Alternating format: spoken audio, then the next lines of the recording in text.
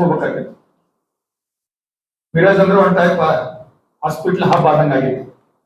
ಪ್ರತಿಯೊಬ್ರು ಮಿರಾಜ್ ಹೋಗ್ತಿದ್ರು, ಇಲ್ಲ ಶೋಲಾಪುರಕ್ಕೆ ಹೋಗ್ಬೇಕಾಗ್ತಿತ್ತು. ಶ್ರೀಮಂತರೆಲ್ಲ ಏನೋ ಹೋಗ್ತಿದ್ರು, ಬಡವರಿಗೆ ಹೋಗಕ್ಕಾಗ್ತಿರ್ಲಿ, ಎಷ್ಟೋ ಅನಾಹುತಗಳು ಆಗ್ತಿದ್ವು. ಇವತ್ತ ನಮ್ಮ ಭಾಗದ ಜನರಿಗೆ ಅನುಕೂಲ ಆಗಂತೇಳಿ ಆಗ BLE ಹಾಸ್ಪಿಟಲ್ ಅನ್ನ ಪ್ರಾರಂಭ ಮಾಡಿದ್ರು, ಮೆಡಿಕಲ್ ಕಾಲೇಜ್ ಅನ್ನ ಪ್ರಾರಂಭ ಮಾಡಿದ್ರು, ಸಾಕಷ್ಟು ಶಿಕ್ಷಣ ಶಾಲಾ ಕಾಲೇಜುಗಳನ್ನು ಮಾಡಿದ್ರು. ಯಾಕಪ್ಪ ಅಂದ್ರೆ ಮತ್ತೆ ಧಾರವಾಡ ಅವಾಗ ನೀವು ನೋಡಿ, ನಾವ ಕಲಿಬೇಕಂದ್ರೆ ಎಲ್ಲೆಲ್ಲೋ ಹೋಗ್ಬೇಕಾಗ್ತಿತ್ತು. ಧಾರವಾಡ ಹೋಗ್ಬೇಕಾಗ್ತಿತ್ತು, ಬೆಳಗಾವಿ ಹೋಗ್ಬೇಕಾಗ್ತಿತ್ತು, ಬೆಂಗಳೂರು ಹೋಗ್ಬೇಕಾಗ್ತಿತ್ತು.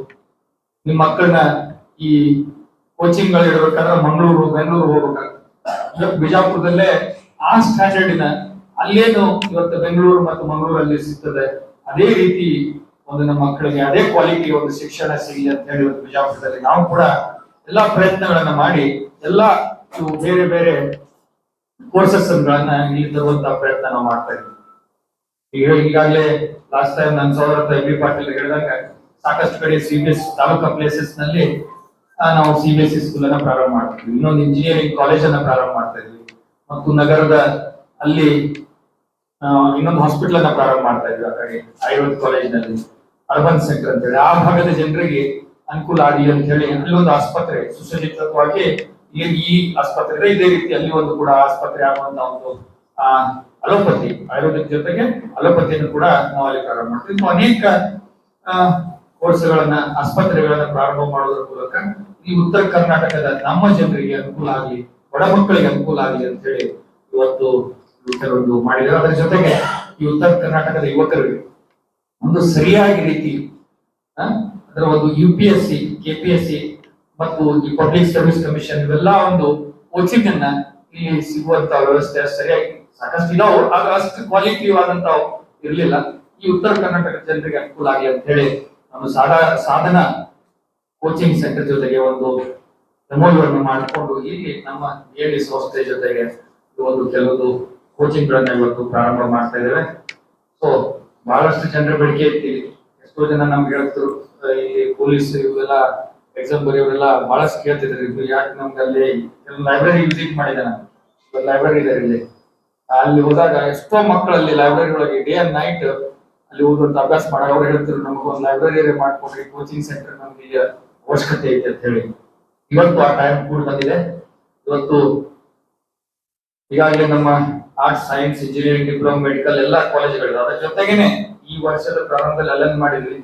ಇದೆಲ್ಲ ಅವು ಯಾರು ಈ ಕೋರ್ಸ್ ಅನ್ನು ಕಲಿತಿರ್ತಾರೆ ಅದ್ರ ಜೊತೆಗೇನೆ ಅವರು ಈ ಕೋಚಿಂಗ್ ಅನ್ನು ಕೂಡ ಪಡೆದು ಸೈಮಲ್ಟೇನಿಯಸ್ಲಿ ಅವರು ಎಕ್ಸಾಮ್ ಅನ್ನ ಬರೆದು ಇದು KPSC UPSC ಎಲ್ಲ ಇದನ್ನು ಮಾಡುವಂತ ಕೆಲಸ ನಾವು ಇಲ್ಲಿ ಮಾಡ್ತಾ ಇದ್ದೇವೆ. ಅದರ ಮುಂದಿನ ಭಾಗವಾಗಿ ಅದರ ಬಗ್ಗೆ ಹೆಚ್ಚಿನ ಮಾಹಿತಿ ನಮ್ಮ ಡಾಕ್ಟರ್ ಜ್ಯೋತಿ ಅವರು ಅದನ್ನ ನಮ್ಮ ಜೊತೆಗೆ ಹಂಚಿಕೊಳ್ತಾರೆ. ಎಲ್ರಿಗೂ ನಮಸ್ಕಾರ. ಎಲ್ರಿಗೂ ನಮಸ್ಕಾರ. ನಾನು ಡಾಕ್ಟರ್ ಜ್ಯೋತಿ, ಸಾಧನಾ IAS ಅಕಾಡೆಮಿ ಡೈರೆಕ್ಟರ್. ವೇದಿಕೆಯ ಮೇಲೆ ಕೂತಿರುವಂತಹ ಎಲ್ಲಾ ಗಣ್ಯರಿಗೂ ವಿಶೇಷವಾಗಿ BLE ಸಂಸ್ಥೆಗೆ ಧನ್ಯವಾದಗಳನ್ನು ತಿಳಿಸ್ತೇನೆ.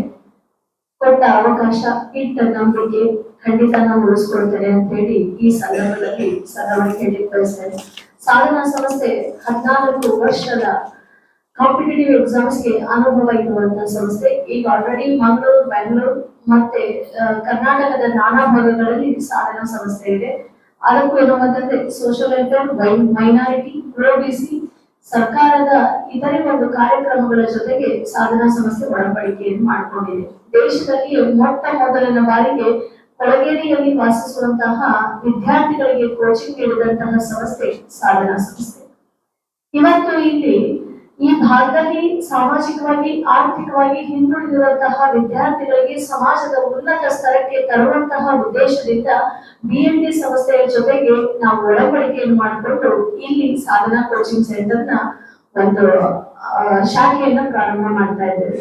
ಇಲ್ಲಿ ನಾವು ಯಾವ ರೀತಿಯಾದಂತಹ ವಿದ್ಯಾರ್ಥಿಗಳಿಗೆ ಕೋಚಿಂಗ್ ಕೊಡ್ತೇವೆ ಅಂತಂದ್ರೆ ಇಂಟಿಗ್ರೇಟೆಡ್ ಕೋಚಿಂಗ್ ಅಂತ ಮಾಡ್ತಾ ಇದ್ದೇವೆ. ವಿದ್ಯಾರ್ಥಿಗಳಿಗೆ ಡಿಗ್ರಿಯ ಜೊತೆಗೆ UPSC ಕೋಚಿಂಗ್ ಕೂಡ ಕೊಡ್ತಾ ಹೋಗುವಂತದ್ದು. ಕಾರಣ ಏನು ಅಂತಂದ್ರೆ ಡಿಗ್ರಿ ಮುಗಿಸಿ ಮಕ್ಕಳು ಮತ್ತೆ ಬೆಂಗಳೂರು, ಹೈದರಾಬಾದ್, ಡೆಲ್ಲಿ ಅಲ್ಲಿಗೆ ಒಂದು ಲಕ್ಷಾಂತರ ರೂಪಾಯಿ ಖರ್ಚು ಮಾಡಿ ಅಲ್ಲಿ ಮತ್ತೆ ಸಕ್ಸಸ್ ಆಗ್ತೇವೆ ಮತ್ತೆ ವಾಪಸ್ ತನ್ನ ಊರಿಗೆ ಬಂದು ನಾನ್ ಫೇಲ್ ಆದೆ ಅದಾಗ್ಲಿಲ್ಲ ಇದಾಗ್ಲಿಲ್ಲ ಅಂತ ಹೇಳೋ ಅವಕಾಶ ಬೆಳಿಬಾರ್ದು ಅಂತ ಹೇಳಿ ಈ 3 ವರ್ಷದಲ್ಲಿ ಅವರಿಗೆ ಎಲ್ಲಾ ರೀತಿಯಾದಂತಹ ದೇಶದ ಟಾಪ್ ಎಕ್ಸಾಮ್ ಆಗಿರುವಂತಹ UPSC ಎಕ್ಸಾಮ್ ಅಂತ ಹೇಳಿದ್ರು ಲಾಸ್ಟ್ ಎಕ್ಸಾಮ್ಸ್ ಆಗಿರುವಂತಹ ಕಾನ್ಸ್ಟೇಬಲ್ ಎಕ್ಸಾಮ್ಸ್ ವರ್ಗು ಕೂಡ ನಾವು ಇಲ್ಲಿ ಕೋಚಿಂಗ್ ಕೊಡ್ತೇವೆ ಮಕ್ಕಳಿಗೆ. ಅದ್ರ ಮುಖ್ಯವಾಗಿರುವಂತಹ ಉದ್ದೇಶ ಎಲ್ಲಾ ಕಡೆನೂ ಕೂಡ ಈಗ ಸ್ಪರ್ಧೆ ಆಗಿರುವಂತಹದ್ದು. ಯಾವುದೇ ಒಂದು ಸಣ್ಣ ನೌಕರಿ ತಗೋಬೇಕು ಅಂತ ಅಂದ್ರೂ ಕೂಡ ಕಾಂಪಿಟೇಟಿವ್ ಎಕ್ಸಾಮ್ಸ್ ನ ಪಾಸ್ ಮಾಡೇ ತಗೋಬೇಕಾಗಿರುವಂತದ್ದು. ಮತ್ತೆ ಈ ಭಾಗದಲ್ಲಿರುವಂತಹ ಮಕ್ಕಳಿಗೆ ಬಹಳ ವಿಶೇಷವಾಗಿ ಕಾಂಪಿಟೇಟಿವ್ ಓದುವಂತಹ ಒಂದು UPSC ಆಯ್ತು, KS ಆಯ್ತು, ಬ್ಯಾಂಕಿಂಗ್ ಆಯ್ತು, RRB ಆಯ್ತು, ಯಾವುದೇ ಒಂದು ಕಾಂಪಿಟೇಟಿವ್ ಎಕ್ಸಾಮ್ಸ್ ಗೆ ಮಕ್ಕಳು ಓದ್ಲಿಕ್ಕೆ ಈ ಭಾಗದಲ್ಲಿರುವಂತಹ ಸ್ಟೂಡೆಂಟ್ಸ್ ಕೂಡ ಬಹಳ ಉತ್ಸುಕರಾಗಿದ್ದಾರೆ. ನಾವೀಗ ನೀವು ಬೆಂಗಳೂರು ನೋಡ್ಬೋದು, ಡೆಲ್ಲಿ ನೋಡ್ಬೋದು, ಯಾವುದೇ ಒಂದು ಇದ್ರಲ್ಲಿ ನೋಡಿದ್ರು ಕೂಡ ನಮ್ ನಾರ್ತ್ ಕರ್ನಾಟಕ ಮಕ್ಕಳು ಅಲ್ಲಿ ಯಾವಾಗ್ಲೂ ಕೂಡ ಇದ್ದೇ ಇರುತ್ತೆ. ಆಕ್ಚುಲಿ ಹೇಳ್ಬೇಕಂತಂದ್ರೆ ಬೆಂಗಳೂರಲ್ಲಿ ಎಷ್ಟೋ ಜನಗಳ ಜೀವನ ನಾರ್ತ್ ಕರ್ನಾಟಕ ಹುಡುಗರಿಂದಲೇ ನಡೀತಾ ಇರುವಂತದ್ದು. ಈ ಖಾನಾವಳಿ ಆಯ್ತು, ಮತ್ತೊಂದಾಯ್ತು, ಇದರಿಂದ ಅವ್ರಿಗೆ ಏನೋ ಅಂತಂದ್ರೆ ಆರ್ಥಿಕವಾಗಿ ಬರ್ಡನ್ ಆಗ್ಬಾರ್ದು. ಮತ್ತೆ ಇನ್ನೊಂದೇನೋ ಅಂತಂದ್ರೆ ಕಾಂಪಿಟೇಟಿವ್ ಎಕ್ಸಾಮ್ಸ್ ಅಂದ್ರೆ ಏನು ಅಂತ ಹೇಳಿ ನಾವು ಬೇಸಿಕ್ ಇಂದನೇ ಕೂಡ ಕಲಿಸ್ಬಿಟ್ರೆ ಮಕ್ಕಳಿಗೆ ಏನೋ ಅಂತಂದ್ರೆ ಡಿಗ್ರಿ ಅಷ್ಟೊತ್ತಿಗೆ ಅವರು ನಾನು ಕೂಡ ಯಾಕೆಂದ್ರೆ ಯಾವುದೇ ಒಂದು ಎಕ್ಸಾಮ್ ಬರಲಿಕ್ಕೆ ಫೈನಲ್ ಇಯರ್ ಇರುವಂತಹ ವಿದ್ಯಾರ್ಥಿಗಳಿಗೆ ಅನುಕೂಲ ಆಗುತ್ತೆ. ನಾನು ಕೂಡ ಕಾಂಪಿಟೇಟಿವ್ ಎಕ್ಸಾಮ್ಸ್ ಕೂತ್ಕೊಳ್ಳೆ IAS ಅಂದ್ರೆ ಏನು, KS ಅಂದ್ರೆ ಏನು, ಬೇರೆ ಕಾಂಪಿಟೇಟಿವ್ ಎಕ್ಸಾಮ್ ಅಂದ್ರೆ ಹೇಗೆ, ಹೊರಗಡೆ ಸ್ಪರ್ಧೆ ಹೇಗ್ ನಡೀತಾ ಇದೆ ಅನ್ನೋದನ್ನ ನಾವು ಬೇಸಿಕ್ ಇಂದಾನೆ ಮಕ್ಕಳಿಗೆ ಕಲಿಸ್ಕೊಟ್ಬಿಟ್ರೆ ಅವ್ರಿಗೆ ಅಷ್ಟು ಏನೋ ಅಂತಂದ್ರೆ ಕಷ್ಟ ಆಗೋದಿಲ್ಲ. ಮಕ್ಕಳಿಗೆ ಕಾಂಪಿಟೇಟಿವ್ ಎಕ್ಸಾಮ್ಸ್ ನ ಎದುರಿಸುವಂತಹ ಉದ್ದೇಶದಿಂದ ನಾವು ಇಲ್ಲಿ 3 ರೀತಿಯಾಗಿರುವಂತಹ ಕೋರ್ಸ್ ನ ಇಂಟ್ರೊಡ್ಯೂಸ್ ಮಾಡ್ತಾ ಇದ್ದೇವೆ. ಫಸ್ಟ್ ಒಂದೇನು ಅಂತಂದ್ರೆ ಇಂಟೆಗ್ರಿಟಿ ಕೋರ್ಸ್, ಕಾಂಪಿಟೇಟಿವ್ ಡಿಗ್ರಿ ಜೊತೆಗೆ ಏನು ಅಂತಂದ್ರೆ ವಿದ್ಯಾರ್ಥಿಗಳಿಗೆ 3 ವರ್ಷದಲ್ಲಿ ಪ್ರಿಲಿಮ್ಸ್ ಕಮ್ ಮೇನ್ಸ್ ನ ಕೋಚಿಂಗ್ ಕೊಡುವಂತದ್ದು. ಮತ್ತೆ UPSC ರೆಗ್ಯುಲರ್ ಬ್ಯಾಚ್ ನ ಸ್ಟಾರ್ಟ್ ಮಾಡ್ತಾ ಇದ್ದೇವೆ, ಅದು 9 to 10 ಮಂತ್ಸ್ ಇರುತ್ತೆ. ಇನ್ನೊಂದು PUC ಫೌಂಡೇಶನ್ ಕೋರ್ಸ್ ಸ್ಟಾರ್ಟ್ ಮಾಡ್ತಾ ಇದ್ದೇವೆ, ಅದು 5 ಮಂತ್ಸ್ ಇರುತ್ತೆ. ಈ ಕೋರ್ಸ್ ಅಕಾರ್ಡಿಂಗ್ ಟು ಮಕ್ಕಳ ಒಂದು ವಿದ್ಯಾಭ್ಯಾಸ ಮತ್ತೆ ಅವರ ಕಲಿಕೆಯ ಮೇಲೆ ಅವ್ರು ಯಾವ ಕೋರ್ಸ್ ಬೇಕಾದ್ರೂ ಕೂಡ ಚಾಯ್ಸ್ ಮಾಡ್ಕೋಬಹುದು. ಆ ರೀತಿಯಾಗಿರುವಂತಹ ಒಂದು ಅವಕಾಶವನ್ನ ಇಲ್ಲಿ ಕಲ್ಪಿಸ್ಕೊಟ್ಟಿದ್ದೀವಿ. ಸರ್ ಅವರು ಮಾತಾಡ್ತಾ ಹೇಳಿದ್ರು ಬರೀ ನಮ್ಮ BEd ಮಕ್ಕಳಿಗೆ ಅಲ್ಲ, ನಮ್ಮ ಎಂಟೈರ್ ಬಿಜಾಪುರದಲ್ಲಿ ಇರುವಂತಹ ಯಾವುದೇ ಮಕ್ಕಳು ಕೂಡ ಕಾಂಪಿಟೇಟಿವ್ ಎಕ್ಸಾಮ್ಸ್ ಗೆ ಬರೀಲಿಕ್ಕೆ ನಾನು ರೆಡಿ ಇದ್ದೀನಿ ಅಂತಂದ್ರೆ ಅಂತಹ ಮಕ್ಕಳಿಗೂ ಕೂಡ ನೀವು ಕೋಚಿಂಗ್ ನ ಕೊಡ್ಬೇಕು ಅಂತ ಹೇಳಿದ್ರು ಸರ್. ಸೊ ನಾವು ಹೊರಗಡೆ ಇರುವಂತಹ ಮಕ್ಕಳಿಗೂ ಕೂಡ ರೆಗ್ಯುಲರ್ ಬ್ಯಾಚ್ ಗೆ ನಾವು ಕೋಚಿಂಗ್ ಅನ್ನ ಕೊಡ್ತೇವೆ. ಇದ್ರ ಜೊತೆಗೆ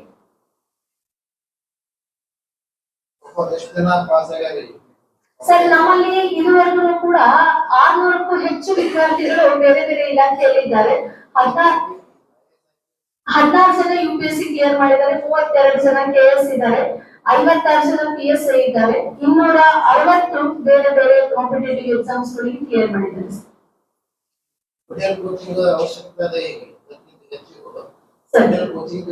ಯಾವ ಕೋಚಿಂಗ್ ಸಾರಿ ಸರ್? ಹಾ ಸರ್, ರೆಮಿಡಿಯಲ್ ಕೋಚಿಂಗ್ ಅಂದ್ರೆ ಯಾವ ಟೈಪ್ ಅಲ್ಲಿ ಹೇಳ್ತಾರೆ?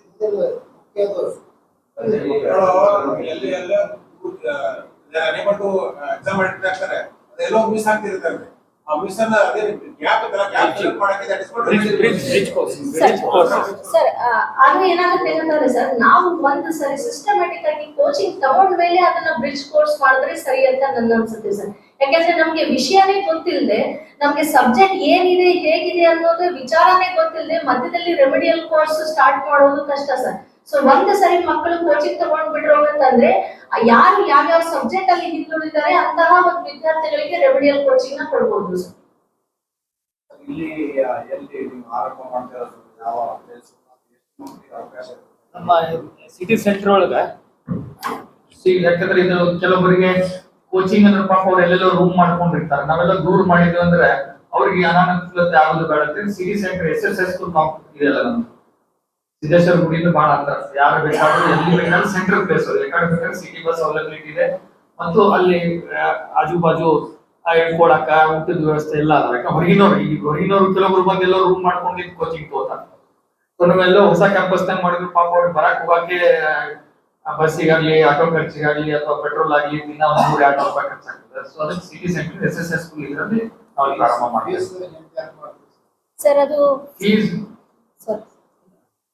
ಸರ್ ಅದು ಫೀಸ್ ಅಕಾರ್ಡಿಂಗ್ಲಿ ಬೇರೆ ಯಾವುದೇ ಇನ್ಸ್ಟಿಟ್ಯೂಷನ್ಗೆ ಹೋಲಿಕೆ ಮಾಡಿದ್ರು ಕೂಡ ಇಲ್ಲಿ ಬಹಳ ಕಡಿಮೆ ದರದಲ್ಲಿ ಇರುವಂತಹ ರೀತಿಯಲ್ಲಿ ನಾವು ಏನು ಅಂತಂದ್ರೆ ಫೀಸ್ ನ ಅದನ್ನ ಮ್ಯಾನೇಜ್ಮೆಂಟ್ ನಾವು ಡಿಸೈಡ್ ಮಾಡಿ ವಿದ್ಯಾರ್ಥಿಗಳಿಗೆ ಅನುಕೂಲವಾದ ರೀತಿಯಲ್ಲಿ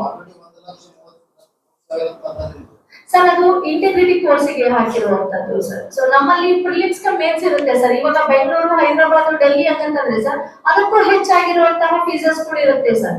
ಅಲ್ಲಿ ಅವರು ಅಂತಂದ್ರೆ ಅಲ್ಲಿ ಇಲ್ಲಿಂದ ಅಲ್ಲಿ ಅವ್ರದ್ದು ಟ್ರಾನ್ಸ್ಪೋರ್ಟೇಷನ್ ಚಾರ್ಜ್ ಮತ್ತೆ ಅಲ್ಲಿ ಉಳ್ಕೊಳ್ಳುವಂತ ಹಾಸ್ಟೆಲ್ ಅವನ್ನೆಲ್ಲ ಕಂಪೇರ್ ಮಾಡಿದ್ರೆ ಸರ್ ನಾವು ಇಲ್ಲಿ ಬಹಳ ಕಡಿಮೆ ಫೀಸ್ ಅನ್ನೇ ಇಟ್ಟಿರುವಂತದ್ದು ಸರ್. ಇಲ್ಲ, ಈಗ ನಾವು ಅದನ್ನೇ ಅವ್ರ ಜೋಡಿ ಫಸ್ಟ್ ಕಂಡೀಷನ್ ಮಾಡಿ, ನೀವು ಲಾಸ್ಟ್ ಟೈಮ್ ನೋಡಿದ್ವಿ ಅಲ್ಲಿಂದ ಚಾರ್ಜಸ್ ಅವರು ಕಂಡಪಟ್ಟಿದ್ದು ಅವ್ರದ್ದು ನಮ್ದು 5 ವರ್ಷದಿಂದ ನಡೆದಿತ್ತು. ನಾವು ನಮ್ ಕಂಡೀಷನ್ ಒಪ್ಪಾಕತ್ತಿದ್ದಿಲ್ಲ ಅವ್ರು. ಯಾಕಂದ್ರೆ ನಾವು ಅದನ್ನ ಕಡಿಮೆ ಮಾಡಿ ಮಾಡಿ ಮಾಡಿ ಮಿನಿಮಮ್ ಎಷ್ಟು ಆಗ್ತದೆ ನೀವು ಮಿನಿಮಮ್ ಬೇರೆ ಮಿನಿಮಮ್ ಅದಕ್ಕೆ ಕೆಳಗೆ ನಾವು ಹೋಗುದಿಲ್ಲ ಅಂದ್ರು. ಸೊ ಆ ಬೇರೆ ಮಿನಿಮಮ್ ನಾವು ಪ್ರಾರಂಭ ಮಾಡಿದ್ವಿ. ಯಾಕಂದ್ರೆ ಉದ್ದೇಶ ನಮ್ದು ಏನೈತಪ್ಪ ಅಂದ್ರೆ ಈ ಪಾಪ ಅವ್ರು ಬೆಂಗಳೂರಿಗೆ ಹೋದ್ರೆ ರೂಮ್ ಮಾಡ್ಕೋಬೇಕು, ಅವ್ರಿಗೆಲ್ಲ ಊಟ ಮಾಡ್ಬೇಕು, ಅದೆಲ್ಲ ಇನ್ನಿತರ ಖರ್ಚುಗಳು ಬಹಳ ಆಗ್ತಾವ. ಇಲ್ಲಾಂದ್ರೆ ಮನೆಗೆ ಇದ್ದು ಬೇರೆ ಕೋರ್ಸ್ಗಳನ್ನ ಕಲ್ಕೊಂಡ್ರೆ ಅದ್ರ ಜೊತೆಗೆ ಇಂಟಿಗ್ರೇಟೆಡ್ ಅಂದ್ರೆ ಈಗ ನೀವು ಬೇರೆ ಒಂದು ಯಾವ್ದೋ ಒಂದು ಕೋರ್ಸ್ ಕಲಿತೀರಿ ಅದ್ರ ಜೊತೆಗೆ ನೀವು ಇದನ್ನು ಕಲಿಬಹುದು ಅನ್ನೋ ಉದ್ದೇಶದಿಂದ ಮತ್ತೆ ಮಿನಿಮಮ್ ಎಷ್ಟು ಮಿನಿಮಮ್ ಆಗ್ತದೋ ನಾವ್ ಇದ್ರಾಗ ಏನ್ 0.1 ರೂಪಾಯಿನೂ ಯಾರಿಗೂ ಲಾಭ ಅಲ್ಲ. It is for the purpose of our Bijapur people, ಉತ್ತರ ಕರ್ನಾಟಕ ಜನರಿಗೆ ಅನುಕೂಲ ಆಗುವಂತ ಒಂದು ಉದ್ದೇಶದಿಂದ ನಾವು ಪ್ರಾರಂಭ ಮಾಡಿಸ್ಬೇಕು. ಸರ್ ಫ್ಯಾಕಲ್ಟಿ ಎಲ್ಲರೂ ಕೂಡ ಬೆಂಗಳೂರು, ಹೈದರಾಬಾದ್, ಡೆಲ್ಲಿ ಇಂದಾನೆ ಬರ್ತಾರೆ ಸರ್. ಡಿಪಾರ್ಟ್ಮೆಂಟ್ ಅನ್ನು ಸೆಲೆಕ್ಟ್ ಮಾಡಿ ಅಲ್ಲಿ ಟ್ರೈನಿಂಗ್ ಮಾಡ್ತಾರೆ. Yes, sir. ಆ ಮಕ್ಕಳು ಬಿಜಾಪುರದಿಂದ ತಗೊಂಡು ಇಲ್ಲ ಸರ್. ಆ ಮಕ್ಕಳಿಗೆ ಈ ಸರ್ಕಾರ ಯಾವ ಕೋಚಿಂಗಿಗೆ ಡಿಕ್ಲೇರ್ ಮಾಡಿರ್ತೋ ಅಂದ್ರೆ ನಮ್ಮ ಹೆಡ್ ಆಫೀಸ್ಗೆ ಅಷ್ಟೇ ಅವ್ರು ಕೊಟ್ಟಿರ್ತಾರೆ ಸರ್. ಆ ಮಕ್ಕಳು ಬಿಜಾಪುರ್ಗೆ ಬರೋ ಹಾಗಿರೋದಿಲ್ಲ ಸರ್. ಬಿಜಾಪುರಿಂದ ಮಕ್ಕಳು ಅಲ್ಲಿಗೆ ಬೆಂಗಳೂರಿಗೆ ಬರ್ಬೋದು. ಹಾ ಸರ್. ಇಲ್ಲ ಸರ್, ಇನ್ನು ಸ್ಟಾರ್ಟ್ ಆಗಿಲ್ಲ ಸರ್. ಈಗ ಟೆಂಡರ್ ಕರ್ತಿದ್ದಾರೆ ಸರ್, ಅದಿನ್ನು ಸ್ಟಾರ್ಟ್ ಆಗಿಲ್ಲ ಸರ್. ನಾವು already social welfare, minority, OBC ಇಲಾಖೆಯಲ್ಲಿ ಆಲ್ರೆಡಿ ನಮ್ದು ಎಂಪ್ಯಾನಲ್ಮೆಂಟ್ ಇದೆ ಸರ್. ಹೌದೌದು ಸರ್, ಹಜ್ಬಾನ್ದಲ್ಲಿ ಮಾಡ್ತಾ ಇದ್ರೆ ಇನ್ನು ಸ್ಟಾರ್ಟ್ ಆಗಿಲ್ಲ. ಇನ್ನು ಟೆಂಡರ್ ಕಾಲ್ ಮಾಡಿದ್ದಾರೆ, ಇನ್ನು ಕಂಪ್ಲೀಟ್ ಆಗಿಲ್ಲ ಸರ್. ಈಗ ಸ್ಟಾರ್ಟ್ ಮಾಡೋಣ್ರಿ. ಮಾಡಿದ ಮುಂದೆ ಹೆಂಗೆ ಈಗ ಹೊರಗೆ ಮೊದಲು ಕಾಲ್ ಒಳಗೆ ಹಾಕಿದ್ಮೇಲೆ ಮುಂದೆ ಏನೇನು ಅಡೆತಡೆಗಳು ಬರ್ತಾವ ಕೆಲವೊಂದು ಅವನ್ನೆಲ್ಲ ನೋಡ್ಕೊಂಡು ಸಣ್ಣ ಸುಧಾರಣೆ ಒಂದೇ ದಿನ ಆದ್ರೂ ಫಸ್ಟ್ ಸ್ಟಾರ್ಟ್ ಮಾಡಕ್ಕೆ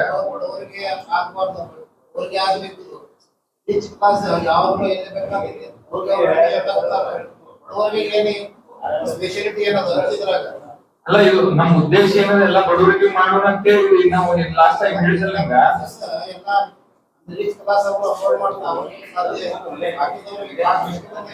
ಈಗ BLD ಅಂದ್ರೆ ಹೆಂಗೆ ನಿಮ್ಗೆ ಗೊತ್ತದ, ನಾವು ಎಲ್ಲಾ ಇದ್ರಾಗೂ ಬಡವರಿಗೆ ಸಾರ್ವಜನಿಕರಿಗೆ ಅನುಕೂಲ ಆಗುವಂತ ಒಂದು ಕೆಲಸ ಮಾಡ್ತೀವಿ. ಯಾಕಂದ್ರೆ ಕೋವಿಡ್ ನಾಗ ಹಿಡ್ಕೊಂಡು ಆಸ್ಪತ್ರೆ ಇದು ಹಿಡ್ಕೊಂಡು ನೋಡಿದ್ರಿ.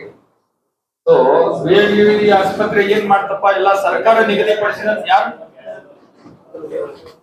ಸರ್ಕಾರ ನಿಗದಿಪಡಿಸಿದಂತ ಒಂದ್ ನಿಮಿಷ ಶಾಂತಿ ಇರುತ್ತೆ. ಸರ್ಕಾರ ನಿಗದಿಪಡಿಸಿದಂತ 70% ದರ ಕಡಿಮೆ ಮಾಡಿ ನಾವು ಚಾರ್ಜ್ ಮಾಡಿ ಕೋವಿಡ್ ನಾಗ ಎಲ್ಲ ಹಿಂಗೂ ಗೊತ್ತೈತಿ. ಅನೇಕ ಸೇವೆಗಳನ್ನ ನಾವು ಮಾಡ್ತಾ ಬಂದಿದ್ವಿ. ನಾವು ಈ BLD ಅಂದ್ರೆ it is non profit organisation. We are doing it for the people of north Karnataka. Representative Bijapur ಜಿಲ್ಲೆಗೆ ರಿಪ್ರೆಸೆಂಟ್ ಮಾಡ್ತೀವಿ. ಬಿಜಾಪುರ 2 ಜಿಲ್ಲೆ, Bijapur, Bagalkot. Sir medical college ಸರ್ಕಾರ ಮೆಡಿಕಲ್ ಕಾಲೇಜ್ ಬರಬೇಕು ಹೋರಾಟ ಮಾಡಬೇಕು. ನಮ್ದು ನಾವು ಸರ್ಕಾರ ಮಟ್ಟದಲ್ಲಿ ಏನಾದ್ರು ಅವ್ರಿಗೆ ಈಗ ದಿಸ್ ಇಸ್ ಅ ಪ್ರೈವೇಟ್ ಇದು. So let us not mix. ಅದನ್ನ ನೀವು ಆಮೇಲೆ ಕೇಳಿ ನಾನು ಹೇಳ್ತೇನೆ. ಸದ್ಯಕ್ಕೆ ಏನಾಗೈತಿ, ಇವ್ರು ಅವ್ರು ಮುಗಿಲಿ, ಅವ್ರ ಬಂದಿದ್ದೇನ್ MOU ಸೈನಿಂಗ್ ಐತಿ, ಇವ್ರು ಡೈವರ್ಟ್ ಆಗೋದು ಬೇಡ. ಸೊ ಅದ್ರ ಬಗ್ಗೆ ಈಗ ನನ್ನ ಸಹೋದರ MB ಪಾಟೀಲ್ ಅವ್ರ ಮನೆ ತಮ್ಗೆಲ್ಲ ಗೊತ್ತೈತಿ. ಅವ್ರು ಕರ್ಕೊಂಡು ಹೋಗಿ CM ಅವ್ರಿಗೆ ಭೇಟಿ ಮಾಡ್ತಾರೆ. ಇಲ್ಲಿ ಕೂಡ ಇದು ಮಾಡಿದ್ರು. ಅದು ಇದು ಸರ್ಕಾರ ಮಟ್ಟದಲ್ಲಿ ನಡೆದಂತದ್ದು. ನಾವು ಹೇಳೋದಾಗ್ಲಿ ಕೇಳೋದಾಗ್ಲಿ ಅದರಿಂದ ಏನಿಲ್ಲ. CM ಮತ್ತೆ ಕ್ಯಾಬಿನೆಟ್ ಡಿಸಿಷನ್ ಮಾಡೋದು. ಜಿಲ್ಲಾ ಉಸ್ತುವಾರಿ ಸಚಿವರು MB ಪಾಟೀಲ್ ಅವರೇ ಇವರಿಗೆಲ್ಲ ಟೈಮ್ ಕೊಟ್ಟು ಒಟ್ಟರು ಕರ್ಕೊಂಡು ಹೋಗಿ CM ಅವ್ರಿಗೆ ಭೇಟಿ ಮಾಡಿಸಿ ಅವರು ಕೂಡ ಚರ್ಚೆ ಮಾಡಿದಂತ. ಬರ್ಲಿಲ್ಲ, ಹೀಗೆ ಬೆಂಬಲ ಸೂಚಿಸಲಿಲ್ಲ ನೋಡ್ರಿ, MB ಪಾಟೀಲ್ ಏನಾದ್ರು ಮುಗಿತಿ. ಈಗ ನಾವು ಏನ್ ಬ್ಯಾರ ಈಗ ಅವ್ರು ಹೋದ್ರೆ ನಾವು ಈಗ ಇಬ್ರು ನಾವು ಹಂಚ್ಕೊಂಡಿರ್ತೀವಿ. ಒಂದು ನೀವು ಮನೆ ಇವತ್ತು 10 ಮದುವೆ ಇರ್ತಾವ, 4 ಮದುವೆ ನೀವು ಹೋಗ್ರಿ, 4 ಮದುವೆ ನಾವು. ಈಗ ನಮ್ಮ ನಿರೀಕ್ಷೆನೂ ಇದೆ ಅವರಿಗೆ. ಅವ್ರ ಜೊತೆಗೆ ಯಾವತ್ತಿಗೂ ನಾವು ಅದೇವಿ.